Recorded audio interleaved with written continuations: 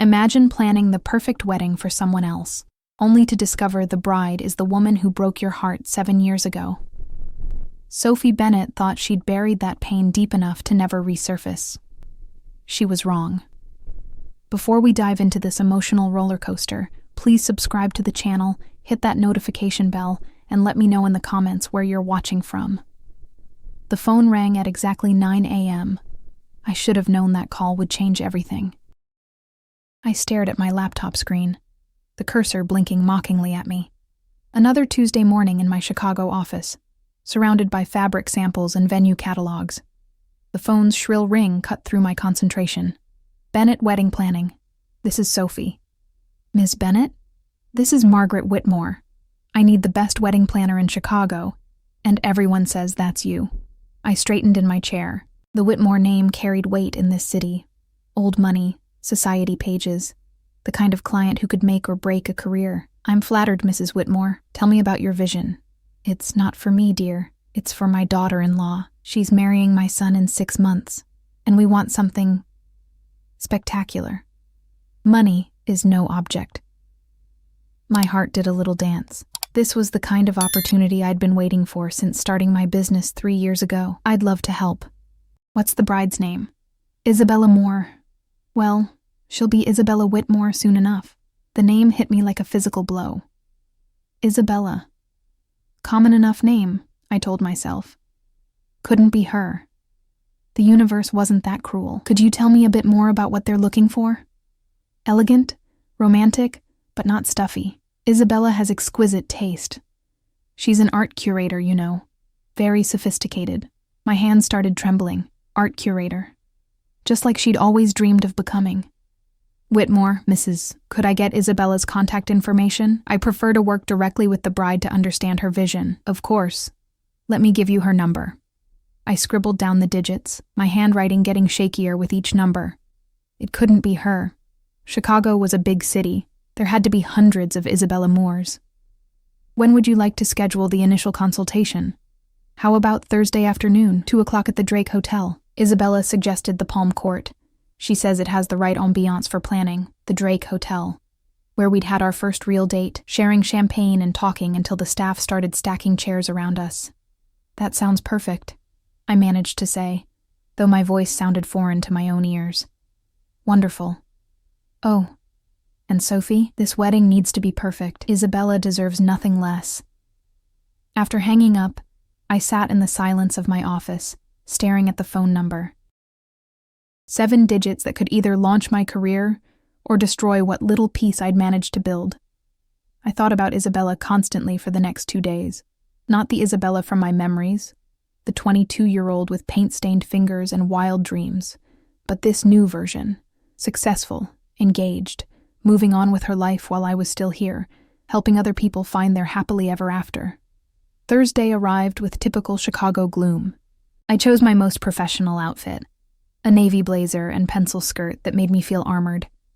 My reflection in the elevator's polished doors showed a composed businesswoman, not the heartbroken girl who'd cried for months after Isabella left. The Palm Court buzzed with afternoon conversation. I arrived 15 minutes early, claiming a corner table with a clear view of the entrance. My portfolio sat open in front of me, though I couldn't focus on the pages. At exactly 2 o'clock, I saw her. Isabella Moore walked through the entrance like she owned the place, her dark hair shorter now, styled in a sleek bob that framed her face perfectly. She wore a cream-colored dress that probably cost more than my monthly rent, and she moved with the confidence of someone who'd found her place in the world. She was more beautiful than I remembered, if that was even possible. Our eyes met across the room, and I watched her face cycle through confusion, recognition, and something that might have been panic. She stopped walking entirely, causing a small traffic jam behind her. For a moment, we just stared at each other across 7 years of silence.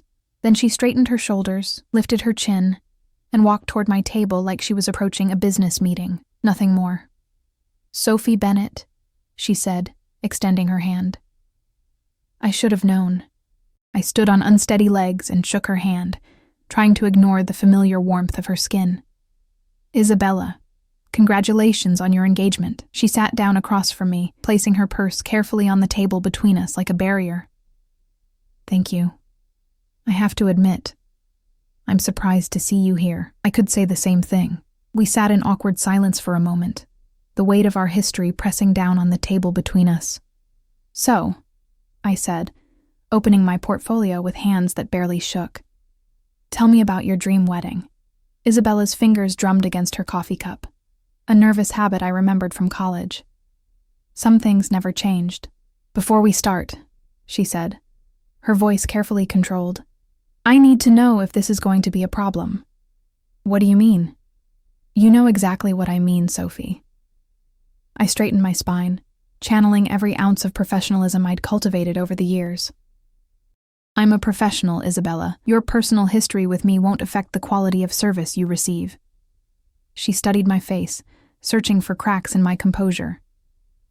Good, because this wedding is important to me, to my family. Of course it is. Every bride deserves perfection on her wedding day. The words tasted bitter, but I forced them out with a smile. Tell me about your fiancé, I said, pen poised over my notepad. What's he like? Isabella's expression shifted, becoming softer, more genuine. Actually, she said, and I caught something strange in her voice. I think it would be better if you met both of us together. Would that be possible? Absolutely. When would work for you? How about right now? She's actually waiting outside. The pen slipped from my fingers, clattering onto the table. Isabella's cheeks flushed pink. I should have mentioned that earlier. My fiancé is Rebecca Whitmore, Margaret's daughter. The world tilted sideways. Isabella was marrying a woman. Isabella, who'd left me 7 years ago saying she needed to figure things out and find herself, was marrying a woman.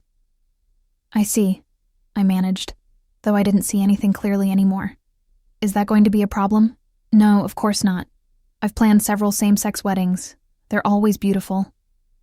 Isabella nodded and pulled out her phone. I'll text her to come in. While we waited, I tried to process this information. Isabella had figured herself out, apparently. Just not with me. There she is, Isabella said, waving toward the entrance. Rebecca Whitmore was everything I wasn't.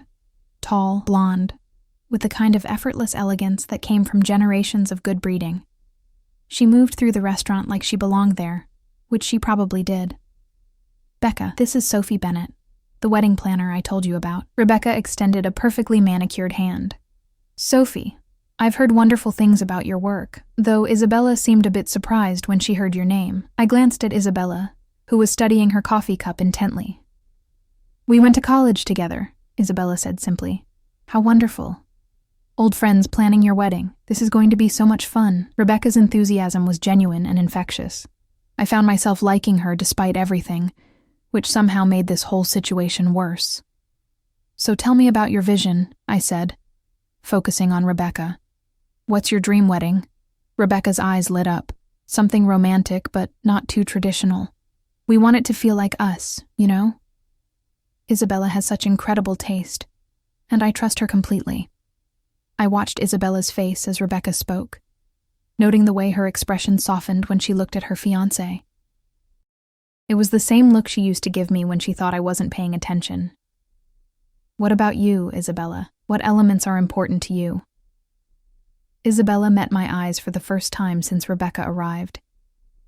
I want something timeless, elegant but warm, somewhere that feels like home. The word hung between us, loaded with memories of lazy Sunday mornings in our tiny Boston apartment, of planning our own future together over coffee and stolen kisses. I have some ideas, I said, flipping through my portfolio. What's your budget looking like? Whatever it takes, Rebecca said. Mother insists on paying for everything, and she wants it to be spectacular. We spent the next hour going through venues, themes, and timelines. I took notes mechanically, my professional autopilot engaged while my heart hammered against my ribs. Isabella barely spoke, letting Rebecca drive most of the conversation. But I felt her watching me, studying my reactions, looking for signs of the girl she used to know. I think the Chicago Botanic Garden would be perfect for the ceremony, I suggested.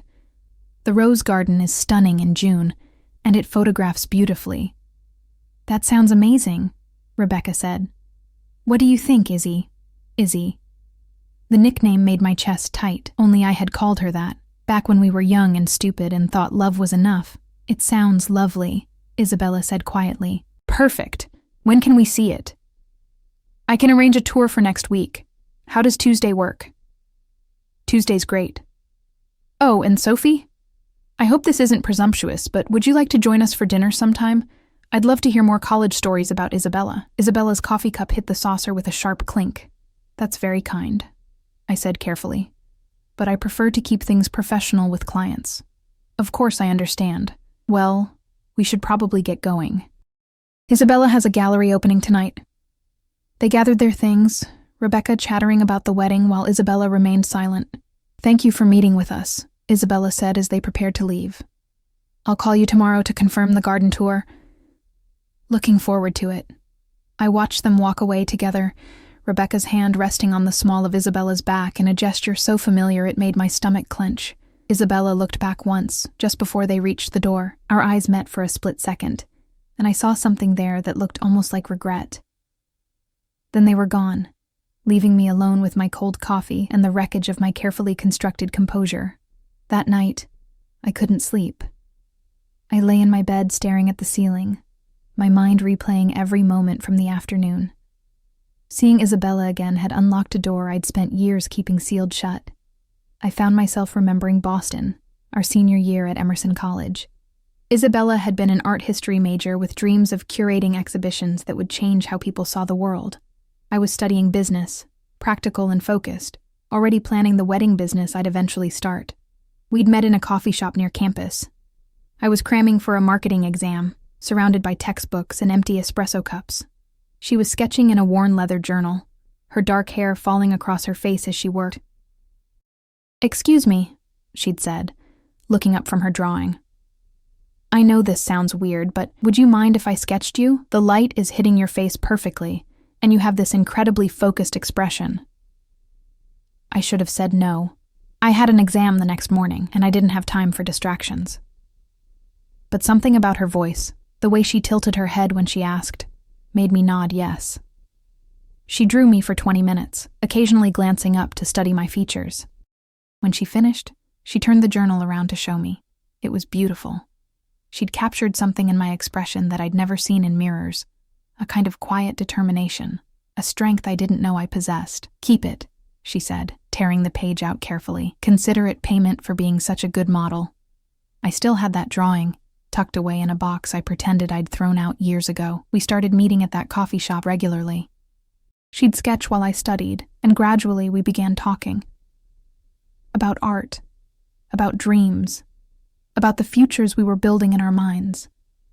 Isabella saw beauty everywhere, in the way morning light hit brick buildings, in the expressions of strangers on the subway, in the organized chaos of my study notes spread across the table.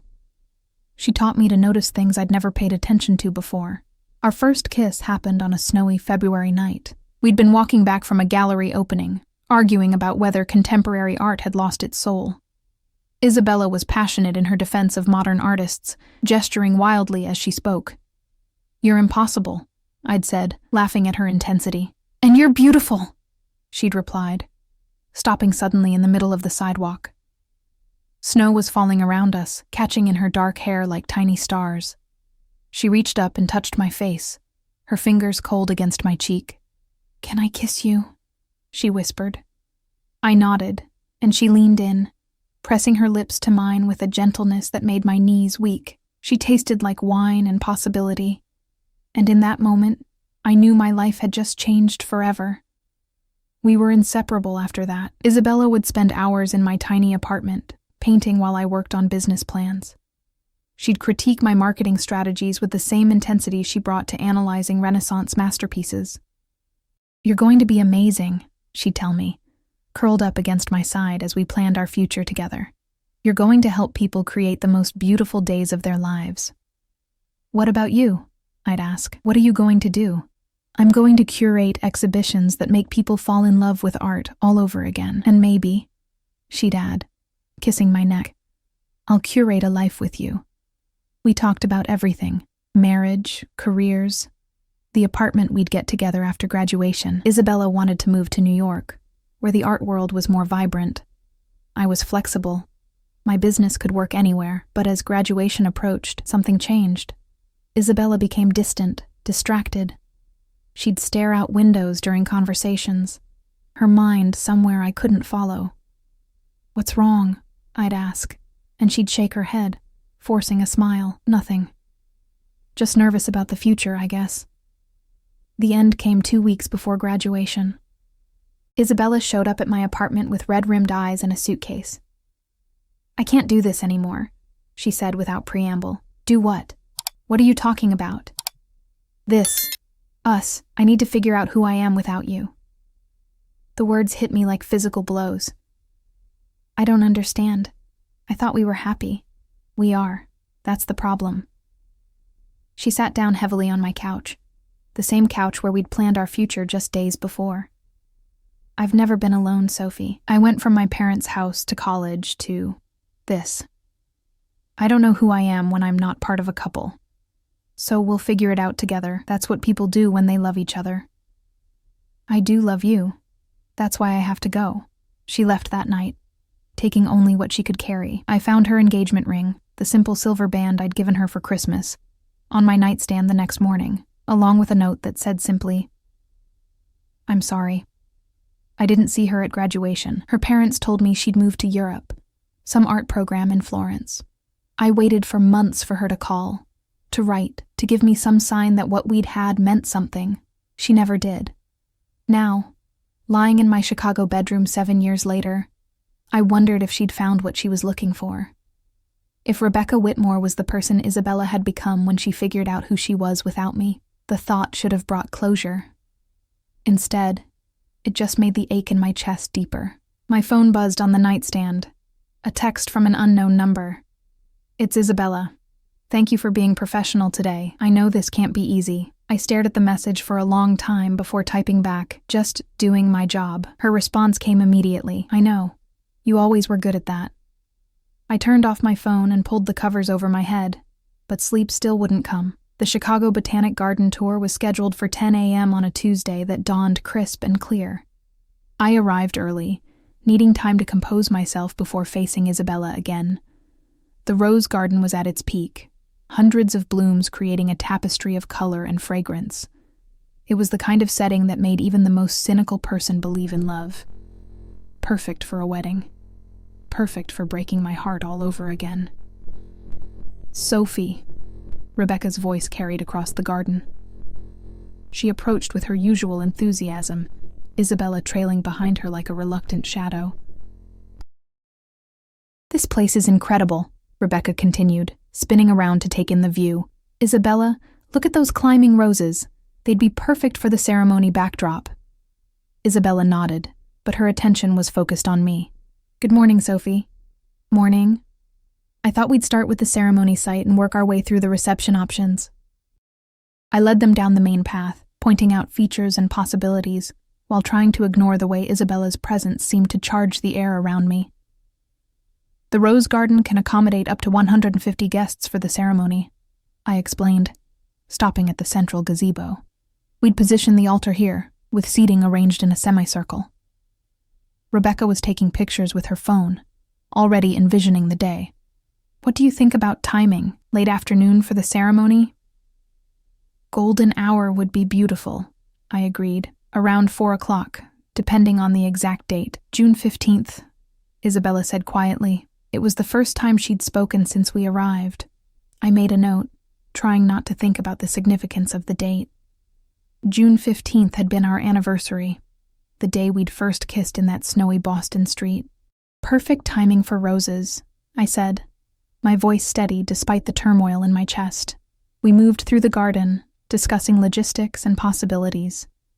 Rebecca asked a million questions, her excitement infectious. Isabella remained mostly silent, occasionally offering input when directly asked. "What about photos?" Rebecca asked as we approached a secluded grove. "This spot is gorgeous. It's one of my favorite locations for portraits," I said. "The light filtering through the trees creates a natural softbox effect." Isabella stepped into the grove, running her fingers along the bark of an old oak tree. "It's peaceful here. You always loved quiet spaces," I said, before I could stop myself. Our eyes met, and for a moment, the years fell away. I could see the girl who used to find hidden corners in museums, who'd drag me to empty parks just to sit and observe the world. Some things don't change, she said softly. Rebecca appeared beside us, oblivious to the undercurrent of tension. This is definitely where we want to do our couple's portraits. Right, Izzy? The nickname still made me flinch. Isabella noticed, her expression flickering with something that might have been regret. Yes, it's lovely. We continued the tour, visiting the reception pavilion and discussing catering options. I maintained my professional demeanor, but I could feel Isabella watching me, studying my reactions. I think we've seen enough for today, Rebecca said finally. This place is perfect. When can we book it? I'll call them this afternoon and get the contract started. Wonderful. I have to run to a meeting, but Isabella can handle any remaining details. Right, babe? Isabella's smile looked forced. Of course. Rebecca kissed Isabella's cheek and hurried off, leaving us alone among the roses. The silence stretched between us, heavy with unspoken words. She seems lovely, I said finally. She is. She's everything I should want. The phrasing was odd, but I didn't push. How long have you been together? 2 years. We met at a gallery opening. She was there with her mother, and I was curating the exhibition. So you made it. The curator thing. Isabella's smile was genuine for the first time all day. I did. I work for the Art Institute now. It's everything I dreamed it would be. I'm glad. You deserve to have your dreams come true. We started walking back toward the parking area, our steps slow and measured. What about you? Isabella asked. Are you happy? With your business, I mean. I am. It's challenging, but rewarding. I get to help people create perfect moments. Even when your own perfect moment got away? The question hung in the air between us. I stopped walking, turning to face her. Isabella, what are we doing here? I don't know what you mean. Yes, you do. This tension, these loaded conversations. If you want me to plan your wedding, we need to establish some boundaries. She was quiet for a long moment, her fingers twisting the engagement ring on her left hand. You're right. I'm sorry.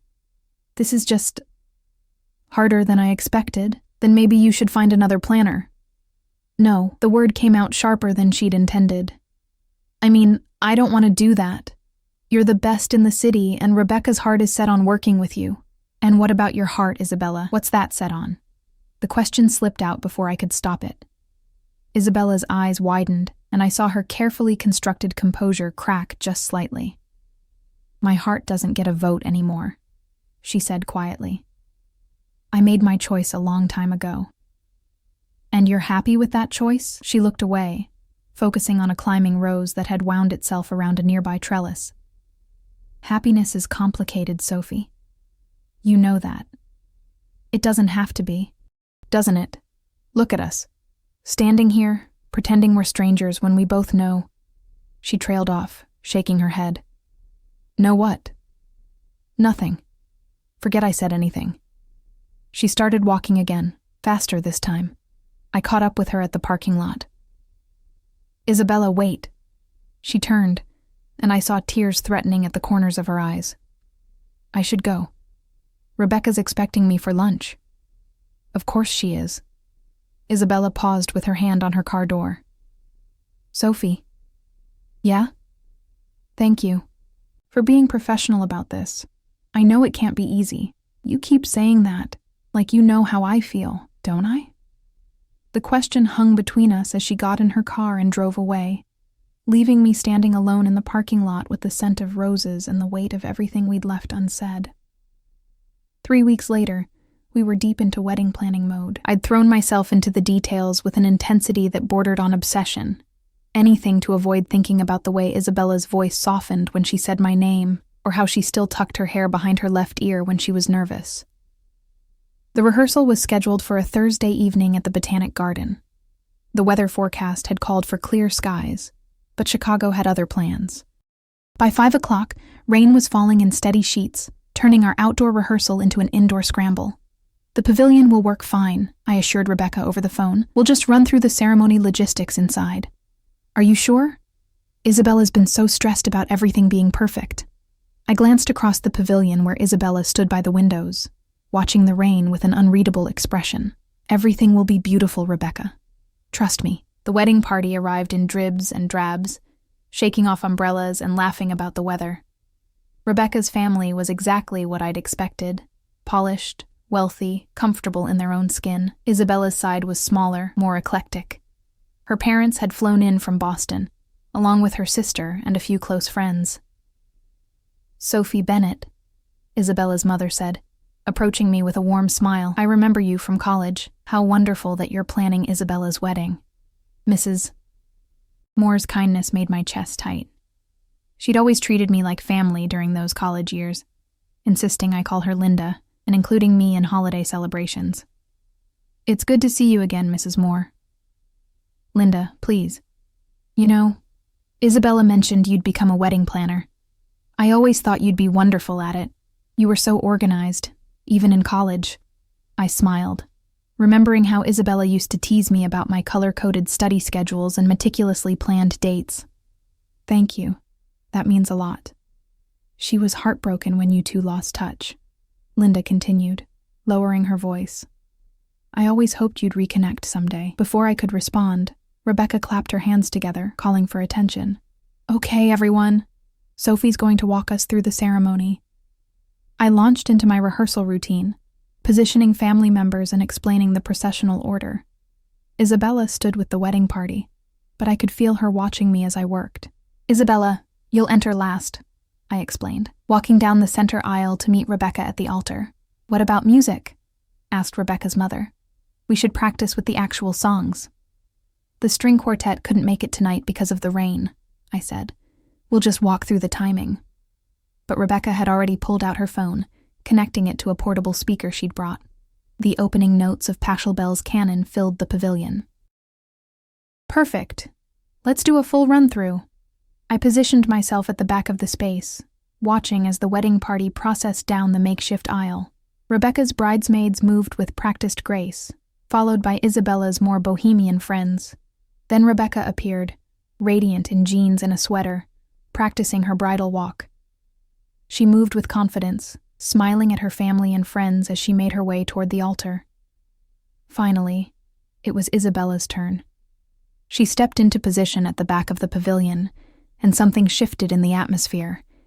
Even in casual clothes, even at a simple rehearsal, she commanded attention. She moved down the aisle with a grace that took my breath away, her eyes fixed on Rebecca waiting at the altar. But halfway down the aisle, her gaze found mine. Time seemed to slow. The music continued, but all I could hear was my own heartbeat.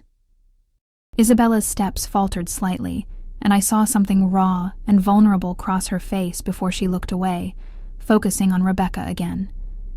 Beautiful, Rebecca's mother called out as Isabella reached the altar. Now, let's practice the vows. Actually, the officiant said, I'd like to run through the ring exchange first. I watched from the back as they went through the motions, Isabella and Rebecca facing each other, speaking words of love and commitment. It should have felt final, seeing them together like this. Instead, it felt like watching a performance where one of the actors had forgotten their lines. Perfect, I said when they finished. I think we're all set for Saturday. The group began to disperse, people heading to their cars through the rain. I was packing up my notes when Isabella approached. Sophie? Could I talk to you for a minute? I looked around. Rebecca was saying goodbye to her parents, and most of the wedding party had already left. Sure. What's on your mind? Isabella glanced toward the windows where rain was still streaming down the glass. I wanted to thank you for everything. I know this hasn't been easy. You keep saying that. Because it's true. And because I need you to know that I appreciate how professional you've been. It's my job, Isabella. Is it? Is it just a job? The question hung between us, loaded with 7 years of unspoken words. What do you want me to say? I don't know. Maybe I want you to tell me this is as hard for you as it is for me. I set down my clipboard, really looking at her for the first time all evening. Why? What difference would that make? I don't know. Maybe it would make me feel less crazy. Crazy how? Isabella ran her hands through her hair, a gesture I remembered from college when she was struggling with a difficult concept. I keep thinking about Boston, about us, about the way you used to look at me like I was the most important thing in your world. My heart hammered against my ribs. Isabella, I know I don't have the right to say this. I know I gave up that right when I left. But seeing you again, working with you, it's bringing back everything I thought I'd buried. You're getting married in 3 days, I know. To someone who loves you, I know that too. Then what are you saying? Isabella stepped closer, close enough that I could smell her perfume. Something different from what she used to wear, more sophisticated, more expensive. I'm saying that I made a mistake 7 years ago. A huge, life-altering mistake. Isabella, don't. I thought I needed to find myself, but all I did was lose the best thing that ever happened to me. Stop. You can't say these things to me, not now. When, then? After the wedding? After I've committed my life to someone else? You already have committed your life to someone else. You're wearing her ring. Isabella looked down at the diamond on her finger, like she'd forgotten it was there. I know. And Rebecca is wonderful. She's everything I should want. She's stable, successful, comes from a good family. She makes sense. And I didn't? You made too much sense. You were everything I wanted and everything I was afraid of wanting. Thunder rumbled overhead, and the rain intensified against the windows. I should go, I said, reaching for my bag. Sophie, wait. No, Isabella, I can't do this. I won't be the other woman in your story. That's not what I'm asking. Isn't it? What exactly are you asking? Isabella was quiet for a long moment, tears mixing with the rain sounds around us. I don't know, she whispered. I just know that in 3 days, I'm going to marry someone else, and I'll spend the rest of my life wondering what would have happened if I'd been brave enough to fight for us. You had 7 years to be brave, Isabella. 7 years to pick up the phone, to write a letter, to show up at my door. You chose not to. I was scared. Of what? Of this. Of feeling like I can't breathe when you're not around. Of needing someone so much it terrifies me. I stared at her, seeing the girl I'd fallen in love with underneath the polished exterior. It's too late, I said finally. Is it? Before I could answer, Rebecca's voice echoed across the pavilion. Izzy, are you ready to go? Isabella stepped back, wiping her eyes quickly. Coming, she called back, then looked at me one more time. I'm sorry, Sophie, for everything. She walked away, leaving me standing alone in the empty pavilion with the sound of rain and the echo of words that had come 7 years too late. I didn't sleep that night, or the next. By Friday evening, I was running on caffeine and sheer determination, making final preparations for a wedding I wasn't sure I could watch happen. The flowers had been delivered, the cake was perfect, and every detail was in place. All that remained was getting through the next 24 hours without falling apart. I was in my office, going over the timeline one final time, when my phone rang. Sophie, it's Rebecca. Her voice sounded strange, tight, strained. Hi, Rebecca. Is everything okay? Do you need anything for tomorrow? Actually, I need to talk to you. Could you meet me somewhere? Tonight? Something in her tone made my stomach clench. Of course. Where? The Drake Hotel? The Palm Court? I know it's where you and Isabella first met to discuss the wedding. My blood ran cold. Rebecca, what's going on? Just, please, can you be there in an hour? I found Rebecca sitting at the same table where Isabella and I had our first consultation. She looked smaller somehow, her usual confidence replaced by something fragile. Thank you for coming, she said as I sat down. Rebecca, you're scaring me. What's wrong? She was quiet for a moment, staring at her hands folded on the table. Isabella told me, she said finally. Told you what? About you two. About college. About what happened at the rehearsal. My heart stopped. Rebecca, I can explain. Can you? Can you explain why my fiancé is in love with someone else? The words hit me like a physical blow. She said that? She didn't have to. I've known something was wrong for weeks. The way she looks at you, the way she gets quiet whenever your name comes up. I'm not stupid, Sophie. I didn't know what to say. There was no defense for what had happened, no way to minimize the damage. I'm sorry, I said finally. I never meant for any of this to happen. I know. That's what makes it worse somehow. If you'd been trying to steal her away, I could hate you. But you've been nothing but professional. Rebecca signaled the waiter for another drink, her hands shaking slightly. Do you love her? She asked. The question hung between us. I could lie, try to protect what was left of their relationship. But Rebecca deserved the truth. Yes, I said quietly. I never stopped. She nodded like she'd expected that answer. She loves you too. You know that, right? Rebecca? No, let me finish. Isabella loves you in a way she'll never love me. I've known it for months, maybe longer. I just kept hoping it would change. What are you gonna do? Rebecca was quiet for a long time, staring out the window at the Chicago skyline. I'm going to let her go, she said finally. What? I'm calling off the wedding. Rebecca, no. You can't do that. Think about your family, the guests, everything that's been planned. I can't marry someone who's in love with someone else, Sophie. I won't do that to any of us, but Isabella chose you. She's here. She's wearing your ring. Because she thinks it's the right thing to do. Because she's trying to be the person she thinks she should be, instead of who she really is. Rebecca pulled off her engagement ring, setting it on the table between us. I love Isabella enough to want her to be happy. Even if it's not with me. Where is she now? At home, packing for our honeymoon. She doesn't know I'm here. Rebecca, please think about this.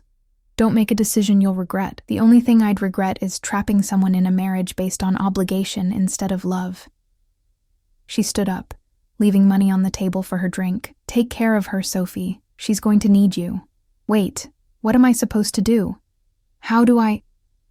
Figure it out. You two have wasted enough time already. She walked away, leaving me alone with the engagement ring and the weight of what had just happened. I sat there for a long time, staring at the diamond that caught the restaurant's soft lighting. Tomorrow, 150 people would arrive at the Botanic Garden expecting a wedding.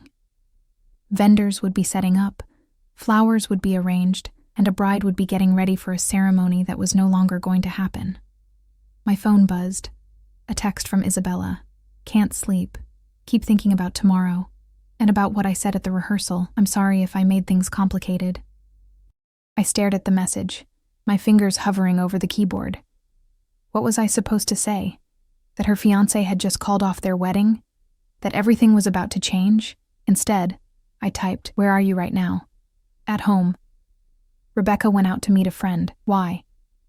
I'm coming over. Sophie, that's not a good idea. We need to talk. What's your address? She sent it reluctantly, along with, Are you sure about this? I wasn't sure about anything anymore. But I got in my car and drove through the Chicago night toward whatever came next. Isabella's apartment was in Lincoln Park, a converted brownstone with ivy climbing the front facade. I stood on her doorstep for a full minute before finding the courage to ring the bell. She opened the door wearing pajama pants and an old college sweatshirt, her hair pulled back in a messy bun. She looked young and vulnerable and heartbreakingly beautiful. Sophie? What's wrong? You look like you've seen a ghost. Can I come in? She stepped aside, and I walked into her living space. It was exactly what I'd expected. Eclectic art on the walls, books everywhere, the kind of organized chaos that had always been uniquely Isabella. Do you want some tea? Coffee? Isabella, sit down. Something in my voice made her freeze. What's going on? Rebecca came to see me tonight. Isabella's face went pale. What did she say? She knows. About us. About college. About what happened at the rehearsal. Isabella sank onto her couch, her hands covering her face. Oh God, what did you tell her? The truth. That I love you. That I never stopped loving you. Isabella looked up at me, tears streaming down her face. Sophie, I'm so sorry. I never meant for this to happen. She called off the wedding. The words hung in the air between us. Isabella stared at me like I'd spoken in a foreign language. What? She called off the wedding. She said she won't marry someone who's in love with someone else. Isabella stood up abruptly, pacing to the window. No, she can't do that. The guests, the venue, her family.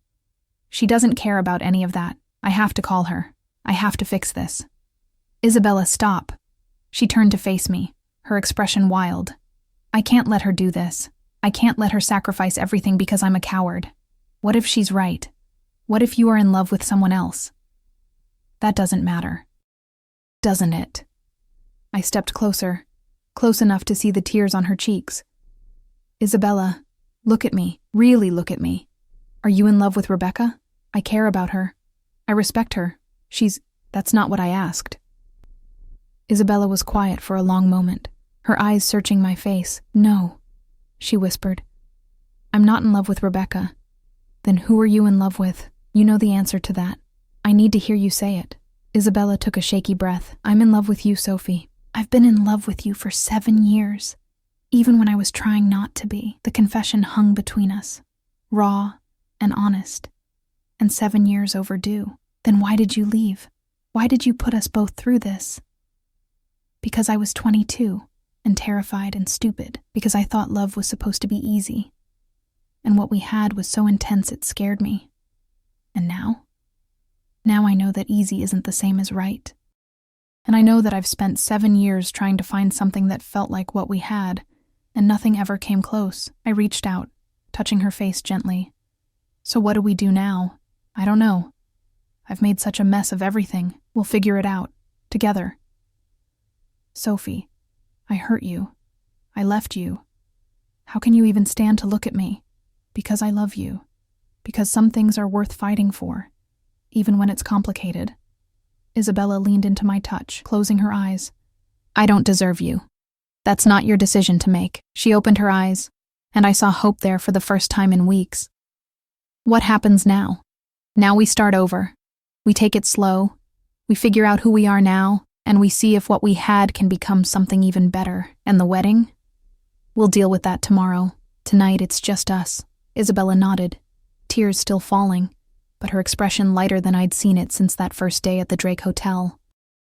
I love you, Sophie Bennett. I love you too, Isabella Moore. She kissed me then, soft and tentative and full of promise. It tasted like coming home. 6 months later, the morning sun streamed through the windows of my apartment as I stood in front of the mirror, adjusting the simple white dress I'd chosen for today. My hands were shaking, not from nerves, but from excitement. You look beautiful, Isabella said from the doorway, already dressed in her own cream-colored gown. We're not supposed to see each other before the ceremony, I said, but I was smiling. Since when do we follow traditional rules? She was right. Nothing about our story had been traditional. The past 6 months had been a journey of rediscovery. After the wedding that never happened, Isabella and I had taken things slowly. We'd gone to counseling, both together and separately, working through the hurt and fear that had kept us apart for 7 years. Rebecca had been gracious about everything, even helping us navigate the aftermath of the canceled wedding. She'd found love herself with someone from her art history graduate program, and we'd all managed to become friends of sorts. Are you ready for this? Isabella asked, stepping into the room. I've been ready for 7 years. Today's ceremony would be nothing like the elaborate affair I'd planned for Isabella and Rebecca. We'd chosen a small garden behind a bed and breakfast in Lake Geneva, Wisconsin. Just our families, a few close friends, and the officiant who'd married my parents 30 years ago. The car's here, Isabella said, checking her phone. We rode to the venue together, our hands intertwined, watching the Wisconsin countryside roll past the windows. Do you ever wonder what would have happened if we'd done this 7 years ago? Isabella asked. Sometimes. But I think we needed those years apart. We needed to become who we are now. Who are we now? I considered the question. We're two people who know what it's like to lose each other, who won't take this for granted. The bed and breakfast was a Victorian house surrounded by gardens that rivaled anything I'd ever planned for clients. Our families were already there, mingling on the back lawn. Sophie, my mother rushed over, enveloping me in a hug. You look radiant. Thanks, Mom. I'm so happy for you both. I always hoped you'd find your way back to each other. Isabella's parents were equally warm, treating me like the daughter they'd always considered me to be. 5 minutes, the officiant announced. Isabella and I took our positions at opposite ends of the garden. Unlike traditional ceremonies, we'd decided to walk toward each other, meeting in the middle. The string quartet, the same one that had been scheduled for the cancelled wedding, began playing. Not Pachelbel's Canon this time, but At Last by Etta James, the song that had been playing in that Boston coffee shop the first time Isabella sketched me. I started walking, my eyes fixed on Isabella as she moved toward me from the other side of the garden. She was more beautiful than ever, her face radiant with joy and certainty. We met in the center, under an arch of climbing roses that reminded me of our first venue tour. "Hi," she whispered. "Hi yourself." The officiant began the ceremony, but I barely heard the words. I was lost in Isabella's eyes, in the promise of the future we were finally brave enough to claim. "Do you, Sophie, take Isabella to be your wife, to love and cherish, in sickness and health, for richer or poorer, for better or worse, for as long as you both shall live?" "I do. I absolutely do." "And do you, Isabella, take Sophie to be your wife, to love and cherish, in sickness and health, for richer or poorer, for better or worse, for as long as you both shall live?" "I do. I've been waiting 7 years to say that." We exchanged rings, simple gold bands that we'd chosen together, inscribed with the date of our first kiss in Boston. "By the power vested in me by the state of Wisconsin, I now pronounce you married. You may kiss your bride." Isabella cupped my face in her hands, her thumb brushing away a tear I didn't realize had fallen. "I love you, Mrs. Bennett Moore." "I love you too, Mrs. Bennett Moore." She kissed me then, soft and sweet and full of promise. Our families cheered, and somewhere in the distance, I heard the sound of camera shutters clicking. The reception was held in the garden, with tables scattered under string lights and paper lanterns. Isabella had insisted on doing the flowers herself, wild flowers and garden roses in mason jars, simple and perfect. "Speech! Speech!" someone called out as we cut the cake. Isabella and I looked at each other, and she nodded. "Thank you all for being here," I began, my voice carrying across the garden. 7 years ago, Isabella and I thought we knew what love was. We thought it was supposed to be easy, uncomplicated, without fear or doubt. We were wrong, Isabella continued, taking my hand. "Love isn't easy. It's brave. It's choosing each other every day, even when it's scary. We lost each other for a while," I said. "But we found our way back. And now we know that some love stories don't follow a straight line. Sometimes they take detours, sometimes they get lost, but if they're meant to be, they find their way home. To second chances." Isabella raised her glass. "To coming home," I added. "To love that's worth waiting for," our families chorused. As the evening wound down, Isabella and I found ourselves alone in the garden, swaying to music that existed only in our hearts. "No regrets?" she asked. "Only one." "What's that?" "That we waited so long to get here." Isabella smiled, spinning me around under the stars. "We're here now. That's what matters." "What happens next?" "Next, we go on our honeymoon to Italy. Then we come home and figure out how to merge 2 lives into one. And after that, we live happily ever after." I laughed, pulling her closer. "You make it sound so simple. Maybe it is. Maybe we just overthought it before." Maybe we did. As we danced in our garden, surrounded by the people who loved us, I thought about all the weddings I'd planned over the years, all the couples I'd helped create their perfect day. I'd always wondered what my own wedding would feel like. Now I knew. It felt like coming home. "Thank you," Isabella whispered against my ear. "For what?" "For not giving up on us. For believing we could find our way back to each other. Thank you for being brave enough to try." "I love you, Sophie Bennett Moore. I love you too, Isabella Bennett Moore." The stars wheeled overhead, and somewhere in the distance, I could hear the sound of our families laughing and celebrating. Tomorrow, we'd start our new life together.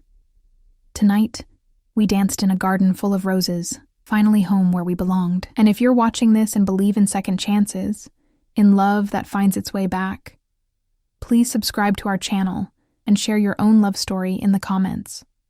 Because sometimes the best endings are really just new beginnings.